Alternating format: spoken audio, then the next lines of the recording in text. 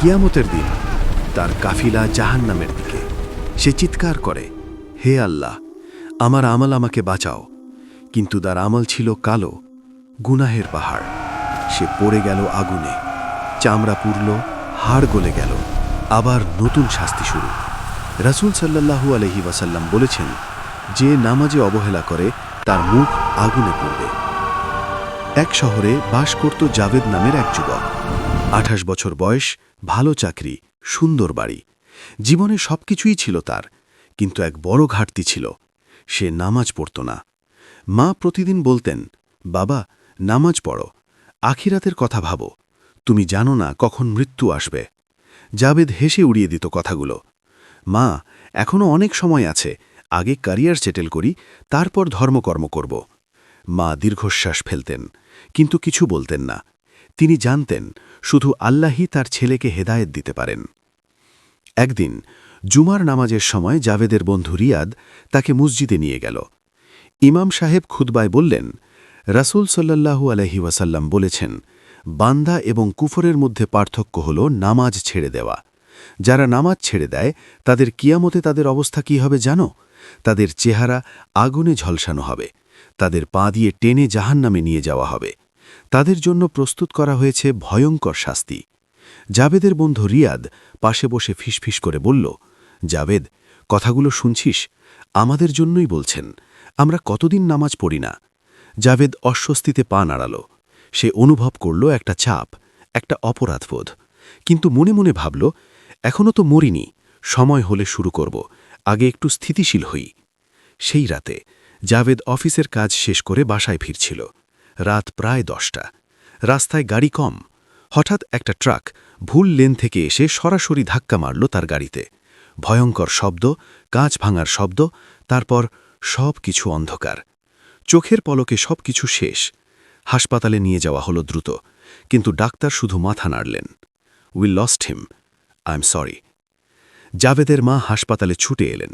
ছেলের মৃতদেহ দেখে কাঁদতে কাঁদতে বললেন, আমার ছেলে নামাজ পড়ত না। হে আল্লাহ, তুমি তাকে মাফ করে দাও, তুমি তো ক্ষমাশীল, তাকে ক্ষমা করে দাও। কিন্তু এখন আর কিছু করার ছিল না। জাভেদের রূহ শরীর থেকে বের হয়ে গেল।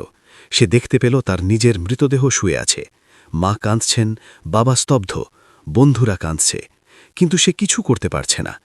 তার যাত্রা শুরু হয়ে গেছে এক অন্য জগতের দিকে। হঠাৎ দুজন ভয়ঙ্কর চেহারার ফেরেশতা এলেন। তাদের চোখ আগুনের মতো জ্বলছে। তারা মুনতার ও নাকির, কবরের প্রশ্নকর্তা। তারা জাভেদকে জিজ্ঞেস করলেন কঠিন স্বরে, তোমার রব কে? জাভেদ কাঁপতে কাঁপতে বলল, আল্লাহ। তোমার দিন কি? ইসলাম।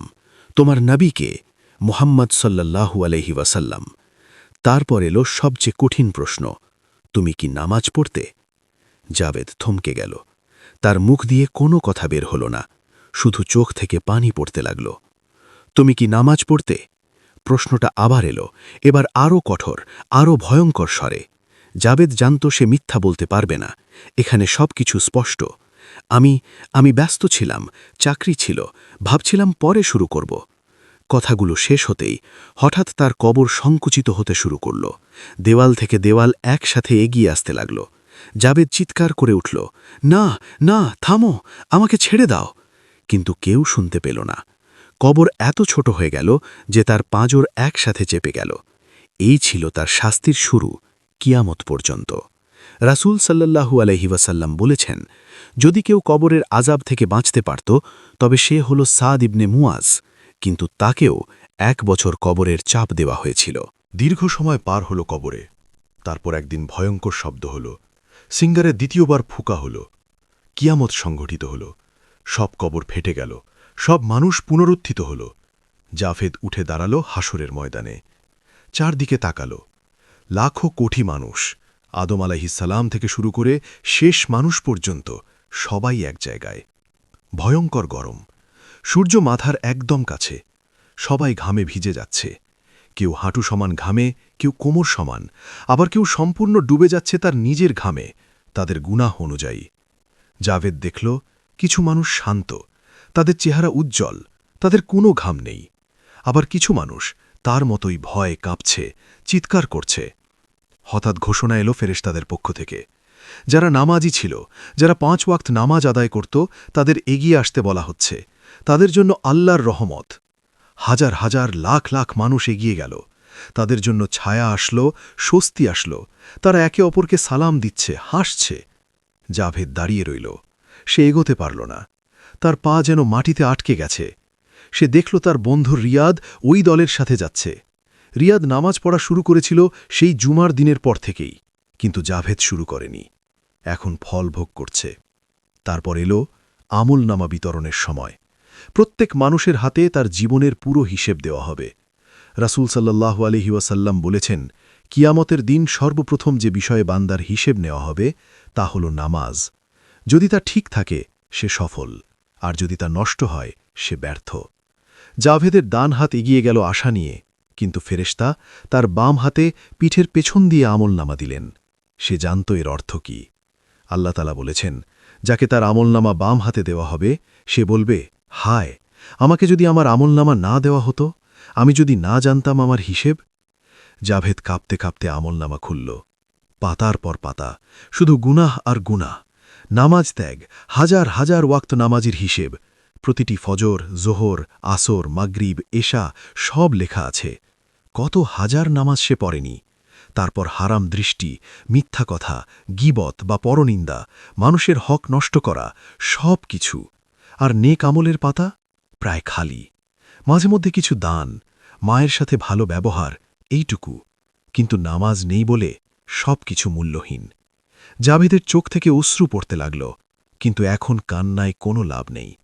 তারপর সবাইকে মিজানের সামনে নিয়ে যাওয়া হলো, সেই বিশাল দাড়িপাল্লা যেখানে প্রত্যেকের আমল ওজন করা হবে। জাভেদের নেক আমল এক পাল্লায় রাখা হলো, গুনাহের পাল্লা অন্য পাল্লায়। গুনাহের পাল্লা ভারী হয়ে মাটিতে নেমে গেল। নেক আমলের পাল্লা হালকা, একদম শূন্যে ভাসতে লাগল। চারদিক থেকে ফেরেশতারা বলল, এই ব্যক্তি ব্যর্থ, এর গুনাহ বেশি। জাভেদ চিৎকার করে উঠল, হে আল্লাহ, আমাকে আরেকবার সুযোগ দাও। আমি ফিরে গিয়ে নামাজ পড়ব, আমি সব কিছু ঠিক করব, প্লিজ আমাকে আরেকটা সুযোগ দাও। কিন্তু উত্তর এলো আল্লাহর পক্ষ থেকে, কঠিন এবং চূড়ান্ত। তোমাকে কি জীবন দেওয়া হয়নি? তোমাকে কি সুযোগ দেওয়া হয়নি? তোমাকে কি সতর্ক করা হয়নি? তোমার মা তোমাকে বলেনি? ইমাম তোমাকে সতর্ক করেনি? তুমি নিজেই কি অনুভব করনি? কিন্তু তুমি শোনোনি। এখন কোনো সুযোগ নেই। তারপর শুরু হল পুলসিরাতের পরীক্ষা। জাহান্নামের ওপর দিয়ে চুলের চেয়েও সূক্ষ্ম, তলোয়ারের চেয়ে ধারালো একটা পুল। এই পুল পার করতে হবে সবাইকে। যাদের ঈমান ও আমল শক্তিশালী, যারা নামাজি ছিল, তারা দ্রুত পার হয়ে গেল। কেউ বিদ্যুতের মতো দ্রুত, কেউ বাতাসের মতো, কেউ দৌড়ে, কেউ হেঁটে, কিন্তু সবাই নিরাপদে পার হল। জাভেদের পালা আসল। সে কাঁপতে কাঁপতে পা রাখল পুলসিরাতে। পা রাখতেই সে বুঝতে পারল এটা অসম্ভব। তার আমল তাকে ধরে রাখতে পারছে না। পা পিছলে গেল। সে হাত দিয়ে ধরে রাখার চেষ্টা করল, কিন্তু পুল ছিল তলোয়ারের মতো ধারালো। তার হাত কেটে গেল, রক্ত ঝরতে লাগল। না, না, আল্লাহ বাঁচাও, আমাকে বাঁচাও, সে চিৎকার করল, কিন্তু কোনো উপকার হল না। সে পড়ে গেল নিচে, জাহান্নামে। জাভেদ জাহান্নামের আগুনে পড়ল। প্রথমে অনুভব করল ভয়ঙ্কর গরম, দুনিয়ার আগুনের চেয়ে ৭০ গুণ বেশি। রাসূল সাল্লাল্লাহু আলাইহি ওয়াসাল্লাম বলেছেন, জাহান্নামের আগুন দুনিয়ার আগুনের চেয়ে ৬৯ গুণ বেশি গরম। তার চামড়া সাথে সাথে পুড়ে গেল, মাংস গলতে শুরু করল, হাড় পর্যন্ত পুড়ে গেল, কিন্তু মরল না। এটাই জাহান্নামের বৈশিষ্ট্য। সেখানে মৃত্যু নেই, শুধু শাস্তি, অবিরাম শাস্তি। আল্লাহ তাআলা বলেছেন, যখন তাদের চামড়া পুড়ে যাবে, আমি তাদের নতুন চামড়া পরিয়ে দেব, যেন তারা শাস্তি আস্বাদন করতে থাকে। জাভেদের চামড়া পুড়ল, তারপর সাথে সাথে নতুন চামড়া তৈরি হল, আবার পুড়ল, আবার নতুন। এভাবে চলতে থাকবে অনন্তকাল। জাভেদ চিৎকার করছে, পানি, পানি, আমাকে পানি দাও। জাহান্নামের ফেরেশতারা, যারা কঠোর এবং নির্দয়, তাকে ফুটন্ত পানি দিল। সেই পানি পান করার সাথে সাথে তার মুখ, গলা, পেট সব পুড়ে গেল। পেট চিরে ফেলল, অন্ত্র বের হয়ে গেল, কিন্তু আবার ঠিক হল, আবার শাস্তি শুরু হল। খাবার, খাবার, সে চিৎকার করল। তাকে দেওয়া হল জাক্কুম ফল, একটা কাঁটাযুক্ত বিষাক্ত জাহান্নামের সবচেয়ে খারাপ খাবার। আল্লাহ বলেছেন, জাক্কুম গাছ, যা পাপীদের খাদ্য, গলিত তামার মতো, তা পেটে ফুটতে থাকবে, ফুটন্ত পানির মতো। জাভেদ খেতে বাধ্য হল, খাওয়ার সাথে সাথে তার পেটে আগুন জ্বলে উঠল। জাহান্নামের এক কোণে বসে জাবেদ কাঁদছে। এখানে কান্নার শেষ নেই, কিন্তু কোনো লাভও নেই। তার পাশে আরও অনেকে, কেউ নামাজ ছেড়েছিল, কেউ সুদ খেয়েছিল, কেউ জিনা করেছিল, কেউ মানুষের হক মেরেছিল, সবাই নিজ নিজ গুনাহের কারণে এখানে। জাবেদ নিজের সাথে কথা বলতে লাগল, আমি কেন নামাজ পড়িনি? আমি কেন এত বোকা ছিলাম? আমার কাছে তো সময় ছিল, আমার কাছে সুস্থ শরীর ছিল, আমার হাত পা সব ঠিক ছিল, মসজিদ আমার বাড়ির পাশেই ছিল, মা বার বলেছিল, ইমাম সাহেব সতর্ক করেছিলেন, কিন্তু আমি শুনিনি। আমি ভেবেছিলাম সময় আছে, কিন্তু সময় ছিল না। পাশের একজন বলল, এখন কান্নায় কি লাভ? দুনিয়ায় যখন সুযোগ ছিল তখন তো কাজে লাগায়নি, এখন শুধু শাস্তি ভোগ করতে হবে অনন্তকাল। হঠাৎ জাহান্নামীরা উপরের দিকে দেখতে পেল, দূর থেকে একটা আলো আসছে, সেটা জান্নাত। জান্নাতীরা সুখে আছে, তারা সুন্দর পোশাক পরেছে, হাসছে, আনন্দে আছে। জাভেদ তাকিয়ে দেখল আর কাঁদল। সে দেখতে পেল তার পুরনো বন্ধু রিয়াদকে, সে জান্নাতে। রিয়াদ সেই জুমার খুতবার পর থেকে নামাজ পড়া শুরু করেছিল এবং আমৃত্যু পড়ে গিয়েছিল। জাভেদ চিৎকার করে ডাকল, রিয়াদ বন্ধু, আমাকে দেখছ? আমাকে বাঁচাও, তোমার কাছে কিছু নেক আমল আছে? আমাকে একটু শীতল পানি দাও। রিয়াদ নিচের দিকে তাকাল, তার চোখে দুঃখ, কিন্তু সে অসহায়। আল্লাহ জান্নাতীদের মন থেকে সব দুঃখ মিটিয়ে দিয়েছেন, কিন্তু তারা জানে জাহান্নামীদের অবস্থা। রিয়াদ বলল, জাভেদ, আমি তোমাকে বলেছিলাম, তুমি শোনোনি। আমি তোমাকে মসজিদে নিয়ে গিয়েছিলাম, তুমি শুনলে কিন্তু আমল করলে না। এখন আমি তোমার জন্য কিছু করতে পারব না। আল্লাহই সব বিচারক, তিনি ন্যায় বিচারক। জাহান্নামীরা কেঁদে কেঁদে বলল, হে আল্লাহ, আমাদের বের করে দাও, আমরা ভালো কাজ করব। কিন্তু উত্তর এলো, তোমরা দুনিয়ায় থাকতে কি করেছিলে? তোমাদের বলা হয়নি? তোমরা জানতে না? এখন তোমরা এখানেই থাকবে, অপমানিত। আল্লাহ বলেছেন, তারা বলবে, হে আমাদের রব, আমাদের দুর্ভাগ্য আমাদের উপর প্রবল হয়েছিল এবং আমরা ছিলাম পথভ্রষ্ট সম্প্রদায়। হে আমাদের রব, আমাদের এখান থেকে বের করুন।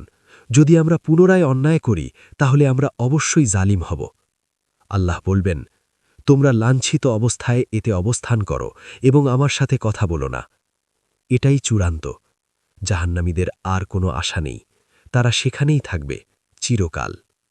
প্রিয় পাঠক, এটি একটি কাল্পনিক গল্প, কিন্তু কোরআন ও হাদিসের আলোকে এটাই সত্য বাস্তবতা। যে নামাজ ছেড়ে দেয় তার পরিণতি ভয়ঙ্কর। রাসূল সাল্লাল্লাহু আলাইহি ওয়াসাল্লাম বলেছেন, যে ব্যক্তি ইচ্ছাকৃতভাবে নামাজ ছেড়ে দিল সে কুফর করল। আরেকটি হাদিসে এসেছে, 5 ওয়াক্ত নামাজ হল আল্লাহর বান্দার উপর আল্লাহর প্রাপ্য। যে এগুলো যথাযথভাবে আদায় করবে আল্লাহ তাকে জান্নাতে প্রবেশ করাবেন। নামাজ শুধু একটি ইবাদত নয়, এটি জান্নাত ও জাহান্নামের মধ্যে পার্থক্যকারী।